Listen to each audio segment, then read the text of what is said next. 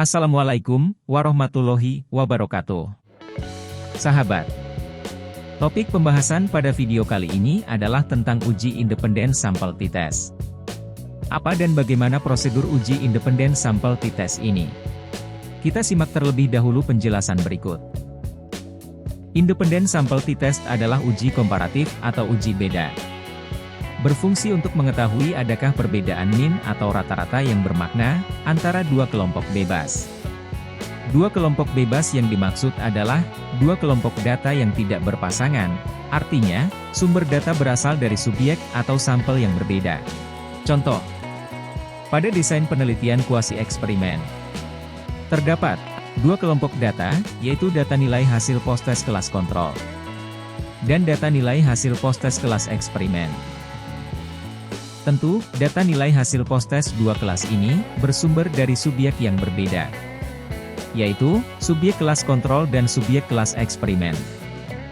Oleh karena, dua kelompok data yang dimaksud berasal dari subjek yang berbeda.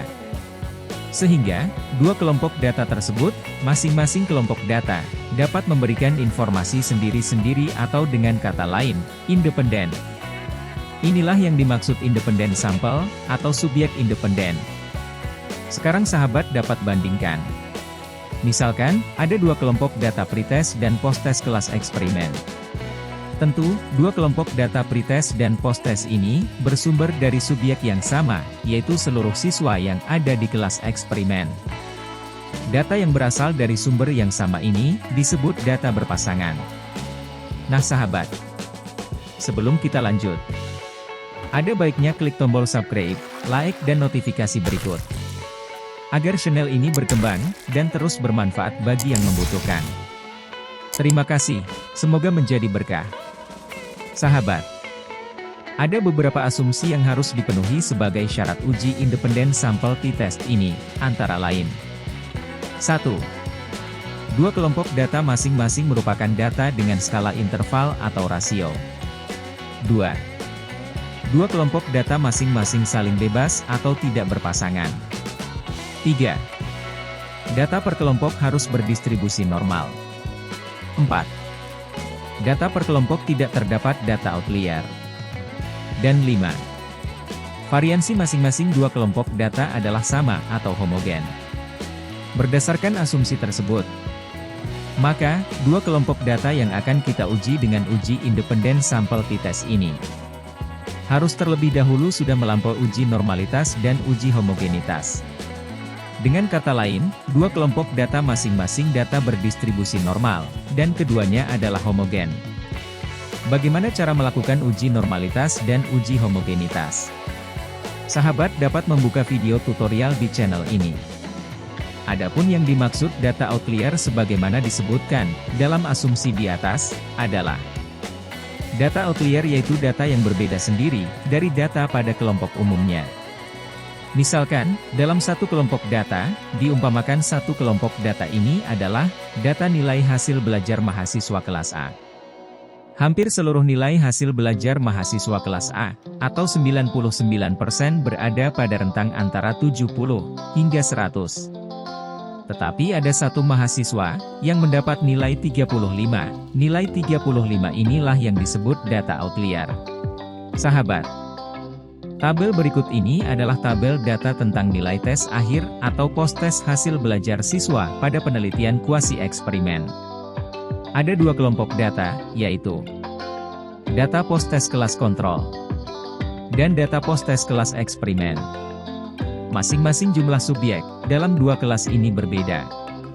Subjek kelas kontrol berjumlah 17 siswa, sedangkan subjek kelas eksperimen berjumlah 20.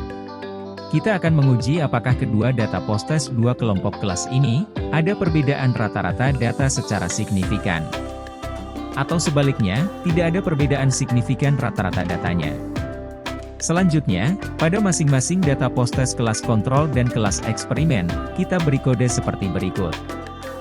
Data post-test kelas kontrol kita beri kode angka 1. Dan data post-test kelas eksperimen kita beri kode angka 2. Sahabat, sekarang kita buka aplikasi SPSS. Posisikan tombol entry di data view, terbuka. Kita salin atau copy data nilai hasil post-test kelas kontrol beserta kodenya. Dan pastikan di baris pertama kolom pertama di bagian paling atas. Berikutnya, kita salin atau copy data nilai hasil post-test kelas eksperimen, demikian juga beserta kodenya. Pastikan di bagian bawah data nilai post-test kelas kontrol, dengan cara bersusun seperti tampak pada layar. Selanjutnya adalah tahap mengisi properti variabel view. Klik variabel view. Perhatikan kolom nama di bagian kiri pojok atas, kita akan mengisi properti dimulai dari sini. Pada bagian baris pertama kolom pertama, ketik kata, post-test. Dan pada baris kedua kolom pertama, ketik kata, kelas. Berikutnya kita cari kolom desimal. Pada kolom desimal, ubah angka 2 menjadi 0, untuk menghilangkan angka di belakang koma di data view. Sekarang perhatikan kolom label. Ketik di baris pertama kolom label dengan kata, nilai post-test. Dan di baris kedua kolom label dengan kata, kelas. Langkah berikut adalah, lihat bagian value. Abaikan baris pertama, klik baris kedua pada bagian value ini. Perhatikan tanda titik 3, klik bagian tanda titik 3. Akan muncul tampilan seperti pada layar. Pada kotak value, ketik angka 1. Dan, pada kotak label ketik kata, kelas kontrol. Selanjutnya kita klik Add atau ADD. Berikutnya, kita kembali ke bagian value. Sekarang kita ketikkan angka 2. Pada kotak label ketik kata, kelas eksperimen. Kemudian klik Add atau ADD seperti sebelumnya. Selanjutnya klik OK. Tampak tampilan seperti pada layar. Langkah terakhir adalah, mengganti kolom measure atau pengukuran. Kita ganti skala menjadi nominal. Nah sahabat, pengisian properti variabel view selesai. Langkah berikutnya, cari menu Analyze. Klik Analyze, cari, Compare Mean, dan arahkan kursor ke Independent Sample T-Test. Kemudian klik Independent Sample T-Test. Akan muncul dialog box seperti berikut. Selanjutnya, pindahkan nilai post-test ke kotak tes variabel. Dan kelas, ke kotak grouping variabel. Langkah berikutnya adalah, klik Define Group, dan muncul dialog box berikut. Pada grup 1, ketik angka 1. Dan pada grup 2, ketik angka 2, selanjutnya klik Continue. Pada sesi ini, abaikan pilihan menu option yang ada. Kita langsung saja, klik OK. Dan muncul tampilan output berikut. Perhatikan tabel grup statistik pada layar.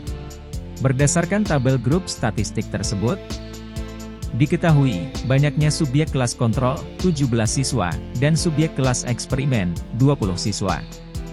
Nilai rata-rata hasil post-test kelas kontrol, adalah sebesar 68,53. Sedangkan, rata-rata hasil post-test kelas eksperimen adalah sebesar 81,80. Dengan demikian, secara deskriptif statistik, dapat disimpulkan bahwa ada perbedaan rata-rata, nilai post-test kelas kontrol dengan kelas eksperimen. Selanjutnya untuk membuktikan apakah perbedaan tersebut signifikan atau tidak, maka, kita perlu menafsirkan output, pada tabel independent sample test berikut. Sahabat, sebelum kita menafsirkan tabel independent sample test yang dimaksud, ada dua cara, untuk menentukan signifikansi hasil uji independent sample t-test ini, yaitu cara pertama, kita dapat membandingkan nilai sig yang diperoleh, dengan alfa, 0,05, atau 5%, dengan kaidah sebagai berikut. Jika, nilai sig lebih kecil daripada 0,05, atau 5% maka HA, diterima, dan H0, ditolak, atau ada perbedaan signifikan. Sebaliknya, jika, nilai sig lebih besar daripada 0,05 atau 5% maka HA ditolak dan H0 diterima atau tidak ada perbedaan signifikan. Sahabat, apa yang dimaksud dengan HA dan H0? HA adalah hipotesis alternatif atau hipotesis yang sedang dicari jawabannya. Sedangkan H0 adalah hipotesis nihil. Pada kasus ini, kita sedang mencari jawaban. Adakah perbedaan signifikan dua kelompok data? yaitu data nilai post-test kelas kontrol, dengan data nilai post-test kelas eksperimen. Dalam sebuah hipotesis uji independen sampel t-test, HA berbunyi, ada perbedaan signifikan, sedangkan H0 berbunyi, tidak ada perbedaan signifikan. Selanjutnya, cara kedua, dalam menentukan signifikansi hasil uji independen sampel t-test ini, yaitu dengan membandingkan nilai T, atau nilai T hitung, dengan nilai T pada tabel statistik, atau tabel T. Dengan kaidah sebagai berikut, yaitu jika T hitung lebih besar daripada T tabel, maka kedua data ada perbedaan signifikan. Sebaliknya, jika T hitung lebih kecil daripada T tabel, maka kedua data tidak ada perbedaan signifikan. Sahabat, pada video ini, kita hanya akan membahas cara pengambilan keputusan uji independen sampel t-test ini, menggunakan cara pertama yaitu membandingkan nilai SIG. Perhatikan tabel independen sampel tes. Pada bagian equal variance summed, diketahui nilai SIG total sebesar 0,000. Selanjutnya, SIG 0,000 ternyata lebih kecil daripada 0,05 atau 5%. Sehingga, HA diterima, dan H0 ditolak. Artinya, ada perbedaan signifikan antara data post-test kontrol dengan data post-test eksperimen. Berdasarkan cara membandingkan dengan nilai SIG tersebut, dapat disimpulkan bahwa, kedua kelompok data yang kita uji, memiliki perbedaan signifikan. Selanjutnya, berdasarkan perbedaan rata-rata tersebut, di mana rata-rata nilai post-test kelas eksperimen lebih tinggi dibandingkan rata-rata nilai post-test kelas kontrol, menunjukkan bahwa ada pengaruh perlakuan atau dampak dari perlakuan menggunakan media atau metode tertentu yang diuji cobakan terhadap hasil belajar siswa. Adapun persentase besarnya pengaruh dapat kita lihat pada selisih kenaikan rata-rata N-gain antara dua kelompok data tersebut. Untuk itu, terhadap nilai pretest post-test kelas kontrol dan pretest post-test kelas eksperimen ini, perlu kiranya dilakukan uji N-gain, yaitu uji yang dilakukan untuk mengukur seberapa besar peningkatan hasil belajar di dua kelas tersebut. Untuk uji N-gain ini, akan dibahas pada pembahasan video berikutnya. Nah sahabat, demikianlah video tutorial cara uji independen sampel t-test ini.